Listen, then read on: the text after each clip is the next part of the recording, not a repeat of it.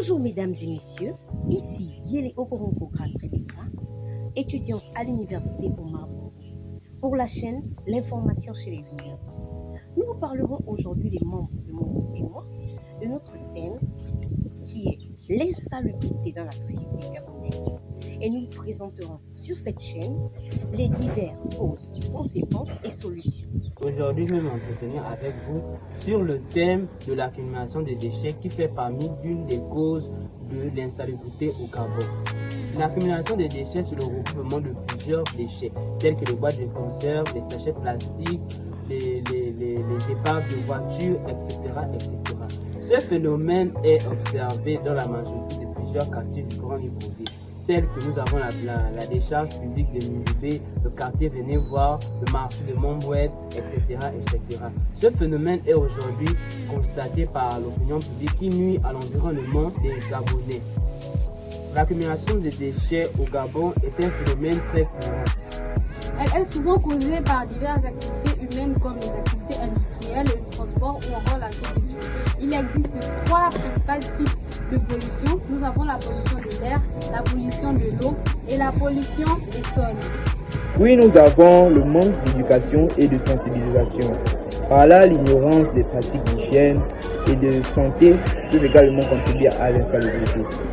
Car les gens ne sont point conscients des risques associés à la vie hygiénique. Enfin, nous avons l'urbanisation rapide, d'où la croissance rapide des villes qui créent des bidonvilles et par là créent des zones de vie insalubres.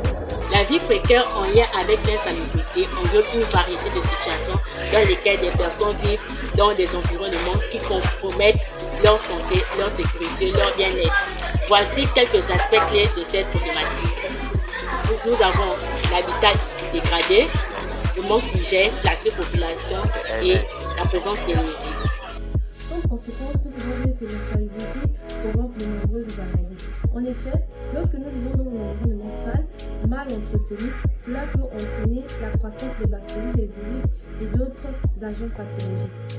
Par exemple, une mauvaise gestion des déchets peut favoriser la transmission des maladies infectieuses comme le choléra ou la typhoïde. De plus, les conditions de vie insalubres comme les logements humides ou mal ventilés peuvent également causer des problèmes de santé respiratoire tels que l'asthme et les allergies. Nous pouvons également citer la malnutrition. Dans les environnements insalubres, l'accès à des aliments sains et nutritifs est très souvent limité. Et pour autant, des conditions insalubres peuvent également affecter la santé mentale des individus, entraînant le stress, l'anxiété et même la dépression. Depuis que l'insalubrité ne fait qu'augmenter, le gouvernement n'agit pas de manière radicale. Le gouvernement est censé mettre en place des mesures drastiques qui nous empêcheraient de balancer les ordures au sol ou dans n'importe quel endroit afin d'éviter cette insalubrité. Les ménages sont touchés par ce phénomène, notamment par les inondations. La route est également par la dégradation des sols. Nous observons les fissures, les fractures, les nids de poules au milieu d'une route. Et c'est pas normal et ça n'est pas les tuyaux du voiture. Nous devons appliquer cette valeur civique qui empêche les citoyens de balancer ces ordures. Comme solution, l'État peut mettre à la disposition des populations des pancartes, des panneaux, des graffitis, des affiches pour la sensibilisation des populations et des bacs à ordures pour que l'environnement ne se dégrade pas. Pour les personnes dyslexiques ou malentendants, il peut y avoir la mise en place des programmes de sensibilisation sur la chaîne nationale et aussi des meetings pour les sourds-muets, pour les aveugles et les malentendants. Avoir des bacs spéciaux pour chaque ordure, comme nous le voyons en France, par exemple, avec les bacs pour les objets recyclables, en plastique, les objets en verre et les cartons ou les boîtes. Nous pouvons les broyer, réduire et les faire limiter. Nous pouvons également composter ces déchets ménagers. Nous pouvons également utiliser des sacs réutilisables et également faire un recyclage afin de garder notre vie propre. Nous devons même ouvrir une usine spéciale pour l'écologie afin de recycler les ordures jetées dans les caniveaux ou dans les poubelles en les recyclant puis puisse avoir une nouvelle vie. Et tout ça évitera que l'insalubrité augmente au sein de la société gabonaise car les déchets redeviendront de nouveau utilisables. Je tiens à sensibiliser les jeunes sur l'importance de l'hygiène et de l'assainissement.